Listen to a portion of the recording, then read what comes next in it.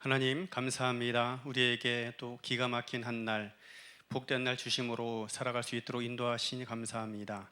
우리 생명이 주 앞에 있습니다. 오늘 이 하루 주님께 맡겨드려오니 오늘도 진리 말씀을 이끄시고 성령 역사하심으로 우리를 새롭게 하여 주시옵소서. 주님을 기대하고 소망하며 예수님 이름으로 기도합니다. 아멘.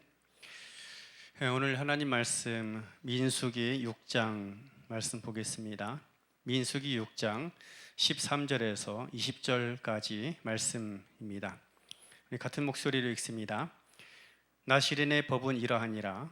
자기 몸을 구별할 날이 차면 그 사람을 회막문으로 데려갈 것이요 그는 여호와께 헌물을 드리되 번제물로 1년 된 흠없는 수량 한 마리와 속죄 제물로 1년 된 흠없는 어린 암양 한 마리와 화목제물로 흠없는 순양 한 마리와 무교병 한 광주리와 고운 가루에 기름 섞은 과자들과 기름 바른 무교 전병들과 그 소제물과 전제물을 드릴 것이요 제사장은 그것들을 여호와 앞에 가져다가 속죄제와 번제를 드리고 화목제물로 순양의 무교병 한 광주리를 아울러 여호와께 드리고 그 소제와 전제를 드릴 것이요 자기의 몸을 구별한 나시리는 회막문에서 자기의 머리털을 밀고 그것을 화목제물 밑에 있는 불에 둘지며 자기의 몸을 구별한 나시린이 그의 머리털을 민 후에 제사장이 삶은 순양의 어깨와 광주리 가운데 무교병 하나와 무교전병 하나를 취하여 나시린의 두 손에 두고 여호와 앞에 요제로 흔들 것이며 그것과 흔든 가슴과 받들어 올린 넓적다리는 성물이라 다 제사장에게 돌릴 것이니라. 그 후에는 나시린이 포도주를 마실 수 있느니라. 아멘. 민수기 6장입니다. 10절부터 23절 말씀, 정말 은혜입니까? 라는 말씀의 제목입니다. 나시린 선을 하고 서약 기간이 끝나면 해야 할 일에 대해서 오늘 말씀을 하고 있습니다. 나시린의 기간 동안에 자신의 삶을 구별하고 정결하게 지킨다는 것은 매우 힘들고 어려운 것입니다. 왜냐하면 우리가 생각하는 그 기간보다 훨씬 더 길고 그 서약을 준수하며 살아간다는 것이 생각보다 어려운 일이기 때문입니다. 그래서 그 나시린을 끝까지 잘 마친다는 것 자체가 사실 대단히 힘들고 어려운 일인 것입니다. 그런데 나시린의 서원을 마치게 되면 이제 해야 할 일에 대해서 말씀을 하고 있습니다. 먼저는 제사를 드리라 하는 것입니다. 본문 말씀에 보니까 서원을 마치고 나면 번제물로 1년 된 흠없는 순양, 또 속죄 제물로 1년 된 흠없는 어린 암양, 또 화목 제물로 흠없는 순양, 그리고 무교병 한 광주리, 구운 가루, 기타 여러 많은 소제물을 전제물로 드리라 그렇게 말씀을 하고 있는 것이죠. 나시린 자체만으로도 사실 대단히 힘들고 어려운 헌신의 기간이었던 것입니다. 그런데 그 나시린이 마쳐지고 나면 반드시 번제를 드리라, 또 속죄제를 드리라, 화목제를 드리고 기타 또 다른 제물을 드리라 라고 말씀을 하고 있는 것이죠. 하나님께서는 왜 이 나시린이 마쳐진 사람들에게 이런 번제, 속죄죄를 요청하셨을까요? 큰 일이 치러지고 난 다음에, 큰 일을 치르고 난 다음에 다가오는 일들 때문입니다. 우리는 큰 일을 하고 나면 보통 이제 두 가지 감정이 우리에게 찾아오게 됩니다.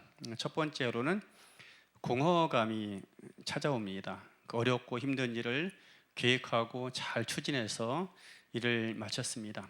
성공적으로 잘 된 것이죠. 그런데 오랫동안 추진하고 공들였던 사건이 잘 해결되고 나면 그에 못지않게 그 뒤에 빈 공간도 크게 됩니다. 마음의 공허감이 더 크다라는 것이죠.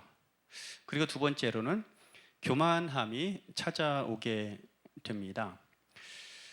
사람은 본능적으로 자신을 드러내기 원하고 인정에 대한 갈망, 욕구가 있습니다. 인정받기 원하고 또 자신을 드러내려고 하는 것 자체가 크게 잘못된 일은 아닐 것입니다. 문제는 그것이 사람을 교만의 길로 이끌어 간다라는 것이죠. 하나님이 그것을 우리에게 말씀하고 경계하고 있습니다. 우리를 너무나 잘 아시고 계시기 때문입니다. 특별히 나시린을 마쳤다라는 것은 당시에 보통 일이 아닙니다.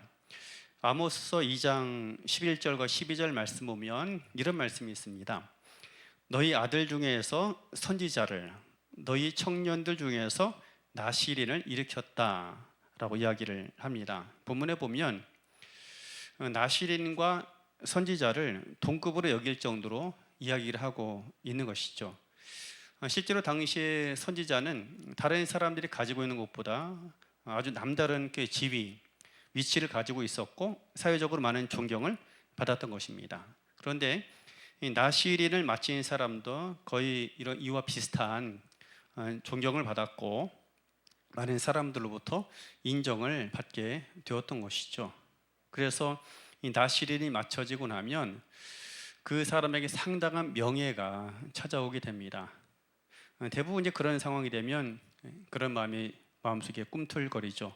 맨 처음에는 나의 나된 것이 다 하나님의 은혜입니다 라는 거예요. 그러나 시간이 조금 지나게 되면은 그래도 내가 했지, 그래도 내가 했지, 그런 생각이 찾아오게 됩니다. 이것은 모든 사람에게 공통적으로 찾아오는 것이고 오히려 이것이 정상인 것입니다. 그렇기 때문에 하나님께서는 그 마음을 잘 다스리라 하는 것이죠. 그래서 속죄제를 드리고 화목제를 드리고 번제를 드리라 하는 것입니다. 속죄제나 번제나 이 모든 것들은 누가 하는 것인가 하면 죄인이 드리는 것이죠. 하나님 앞에 여전히 우리는 연약하며 부족한 죄인이었음을 잊지 말라 하는 것입니다. 그래서 큰 죄를 마치고 나시린을 마치고 나서 하나님 앞에 예배자로 서라, 또 예배로 마음과 삶을 다스리라 하는 것입니다.